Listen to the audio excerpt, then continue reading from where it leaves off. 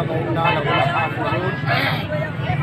मोहतरम हज़रात, जैसा कि आपके इल्म में है कि क़िबला कायद मिल्लत इस्लामी हुज़ूर क़िबला हाफ़िज़ साद हुसैन रज़वी आपने हुक्म फरमाया था 7 जुलाई को कि एतवार वाले दिन हमने हर मेन चौक पे एहतजाज रिकॉर्ड करवाना है और उसमें हमने कुरान पाक और मसल्ला लेकर घर से आना है।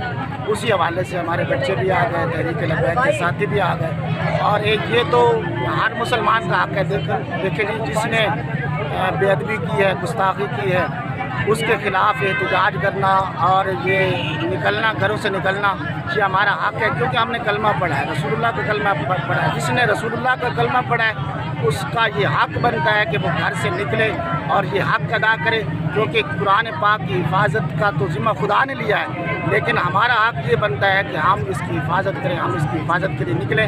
कायद मिल्लत इस्लामी हुज़ूर क़िबला हाफ़िज़ साद हुसैन रज़वी के हुक्म पर हम इस वक्त गढ़ मोड़ चौक पर हमारे साथी भी मौजूद हैं और हम भी मौजूद हैं, और आइंदा का जो लाए अमल होगा उसके लिए भी हम तैयार हैं।